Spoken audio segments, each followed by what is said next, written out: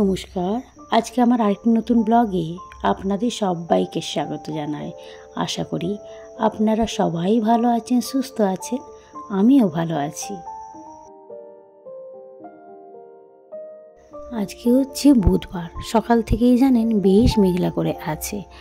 আর আপনারা আগের ভিডিওতে দেখেছিলেন যে আমরা এসি দেখতে গেছিলাম, তো সেখানে তো পরিমাণ মতন দামটা বেশ ভালো ছিল, সেরকম ডিসকাউন্ট ছিল না। অনলাইনে দেখাতে দেখলাম যে দামটা অনেকটাই কম রয়েছিল। তারপরেই সংগ্রাম এসে ওটা অর্ডার দিয়ে দেয় অনলাইনে। তো আজকেও ডেলিভারি দিতে চলে এসছেনই দাদা। এই দাদা এবার এগুলোকে আনপ্যাক করে দিচ্ছে। ওনাদের এটা নিয়মে রয়েছে যে ডেলিভারি যখন দেবে খুলে এগুলো দেখিয়ে দেবে যে জিনিসটা ঠিকঠাক এসেছে কি না। তাই উনি এই যে আনপ্যাক করে আমাদের দেখিয়ে নিচ্ছে আর বলছেন আপনারা ভালো করে ভিডিও করে নিতে পারেন, যদি কিছু অসুবিধা থাকে সেটা আপনারা বলতেও পারেন।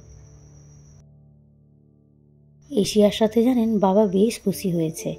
আসলে বাড়িতে যে একটা এসি ছিল সেটাই বাবা ব্যবহার করত, কিন্তু এখন আমরা সেই রুমটাই থাকি, তো তাই আর কি বাবার রুমে এসি নেই, সে কারণে একটা এসি আনা হয়েছে। আর বাবা গরম মোটেও সহ্য করতে পারে না, তার এসি না হলে চলবে না। সে কারণেই এই এসিটা অর্ডার দেওয়া হয়েছে। যেহেতু আমরা তো থাকতাম না, একটাতেই চলে যাচ্ছিল, এখন আমরা রয়েছি। আর গরম তো জানেন দিন দিন সব জায়গাতেই প্রচণ্ড পরিমাণে বেড়ে উঠছে, তাই আগের থেকে এর ব্যবস্থা করা হচ্ছে। এবার সন্ধেবেলাতে চলে এসেছি একটু পিঠে বানাতে। আজকে বানাবো দুধ পুলি। এই যে কড়াই জলটা নিয়ে নিয়েছি, এটা গরম করতে দিয়েছি। এবার এই বাটিটাতে আলাদা করে ঠান্ডা জল দিয়ে এই চালের গুঁড়িটাকে একটু গুলে নেব। ঠান্ডা জল নিয়ে নিয়েছি, এবার এর মধ্যে কিছুটা চালের গুঁড়ি একটু গুলে নেব।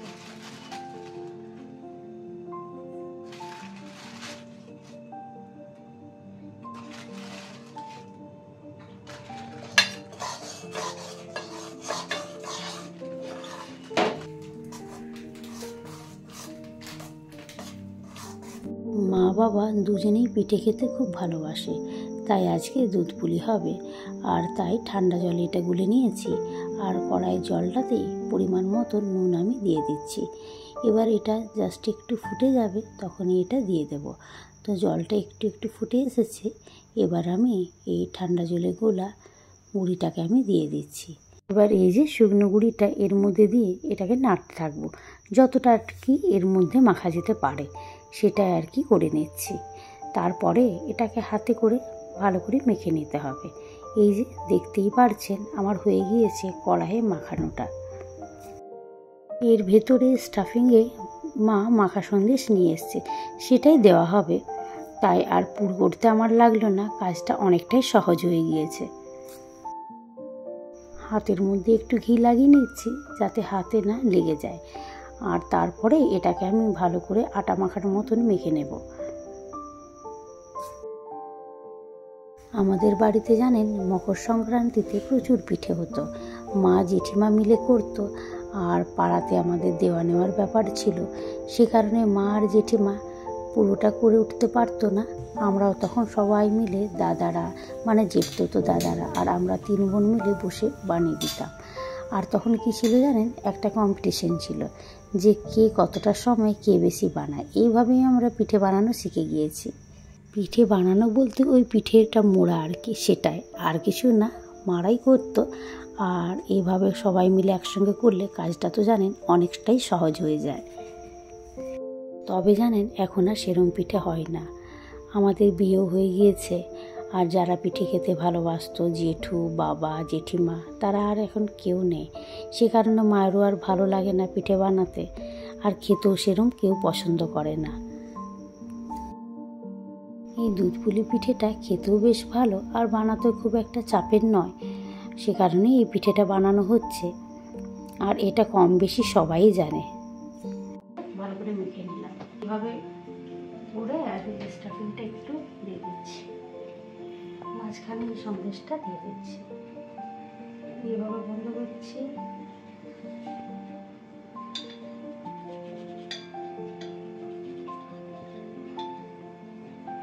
আমার সমস্ত পিঠেগুলো গড়া হয়ে গিয়েছে, তবে জানেন স্টাফিংটা একটু শর্ট হয়ে গিয়েছিল, কিছুটা ছিল সেটাই আর কি চষি বানিয়ে নিচ্ছি। আর এদিকে দেখুন মা বসিয়ে দিয়েছিল দুধটা, এটাও ফুটে উঠেছে। এটা বানানো তেমন তো আর কঠিন নেই, এটা এবার ফুটে উঠেছে। এবার সমস্ত যে গড়ে রেখেছি পিঠেগুলো এর মধ্যে দিয়ে দিতে হবে। এটা শেখানোর মতনও কিছু নেই, সবাই মোটামুটি পারে। এর মধ্যে এলাচ আমি গুঁড়ো করে দিচ্ছি না, যেহেতু এটা পুরোটাই খেজুর গুড়ের পাটালি দিয়ে হবে, না হলে গুড়ের গন্ধটা পাওয়া যাবে না। তো যাই হোক, এই যে আমার হয়ে গিয়েছে। আর এই পাটালিটাকে আমি একটুখানি ভেঙে নিচ্ছি, নিয়ে গ্যাসের ফ্লেমটা বন্ধ করে দিয়েছি। এবার এটাকে দিয়ে ঢাকা দিয়ে রেখে দেব, নিজে নিজে এটা গলে উঠবে, নাহলে কি হয় দুধটা কেটে যায়। দেখুন তার পরের দিন সকালবেলায় বৃষ্টি আরম্ভ হয়ে গিয়েছে। বলছিলাম না, মানে গতকাল বেশ মেঘলা করেছিল, আর আজ সকাল সকাল দেখুন, আজ হচ্ছে বৃহস্পতিবার, সকাল থেকেই বৃষ্টি নামিয়েছে।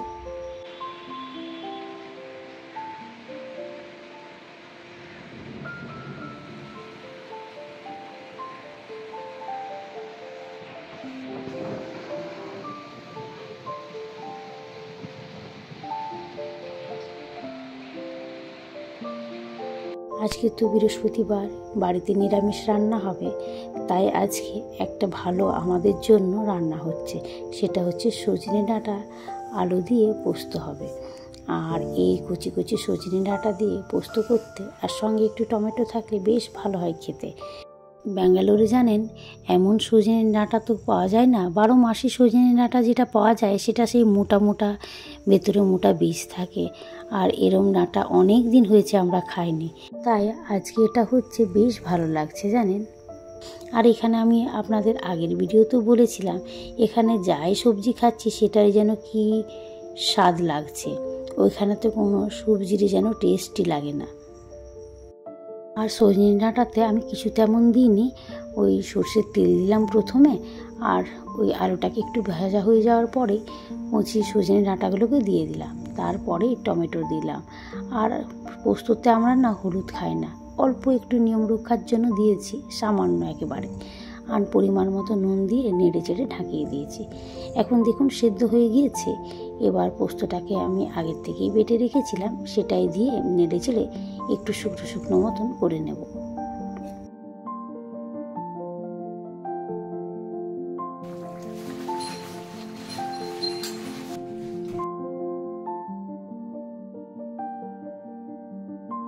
সজনে ডাঁটা আমার হয়ে গিয়েছে। এবার বানিয়ে নিচ্ছি বাঁধাকপির তরকারি, আর সবজি দিয়ে ডাল বানাবো। বৃষ্টিটা বেশ জোরে নামিয়েছে, আর আপনারা তো দেখলেনই যে এসি চলে এসছে, আর এটা ইনস্টল করার জন্য দুজন ভদ্রলোকও চলে এসছেন, ওনারও ওদের কাজ করছে।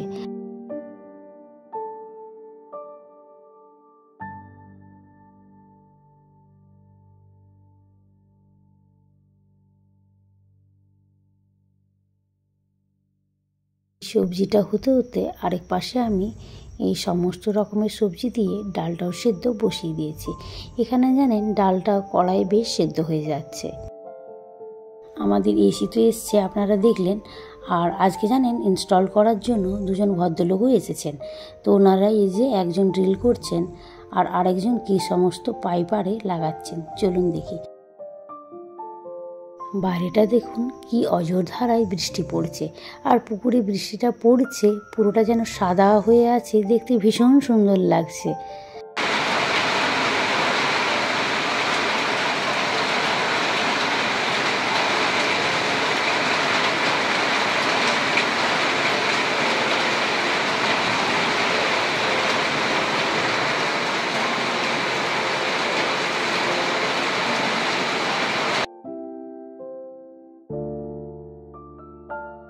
এই যে এই দাদাটা পাইপলাইনের কাজটা করে নিচ্ছেন, আর বাইরে দেখুন কি অঝোরধারায় বৃষ্টি হচ্ছে। ওনাদের তো বাইরেও কাজটা করতে হবে, তাই আর কি ওনারাও চিন্তা করছেন যে কিভাবে ওনারা করবেন।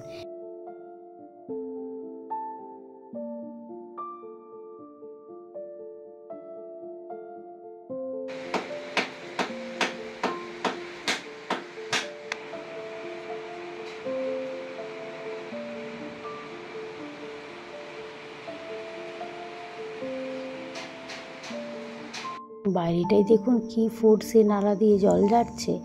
আর আমরা একটু বেরিয়েছি জানেন, এনারা এসছেন তো দুটো জিনিস আনার ছিল এদেরকে দিয়ে লাগানোর জন্য, যেটা ওরা ড্রিল করে দিলে লাগানো যাবে। সেই কারণে আমি আর সংগ্রাম বেরিয়ে পড়েছি। ও ঠিকঠাক করে কিনতে পারবে কি না, তাই মা বলল তুই ওর সঙ্গে যা। আর সামনেই দোকানটা রয়েছে, তাই ওই রান্না করতে করতেই ওই জামা পরে ছুটে এসেছি।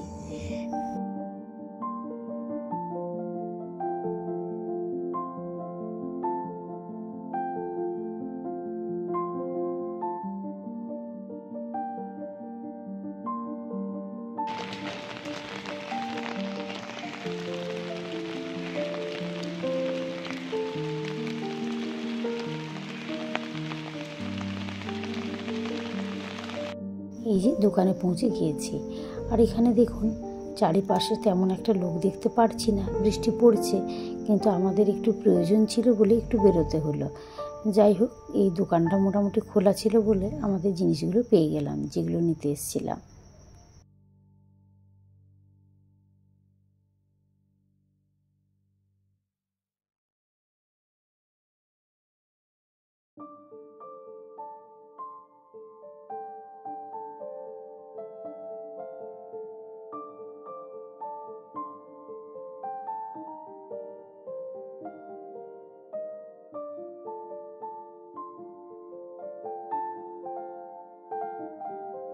ভিডিওটা তাহলে আজকে এখানেই শেষ করছি। আর ভিডিওটা কেমন লাগলো অবশ্যই কমেন্টের মাধ্যমে জানাবেন।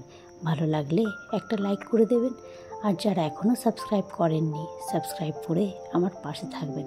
আপনারা সবাই ভালো থাকবেন, সুস্থ থাকবেন। আবার একটি নতুন ব্লগে দেখা হবে। নমস্কার।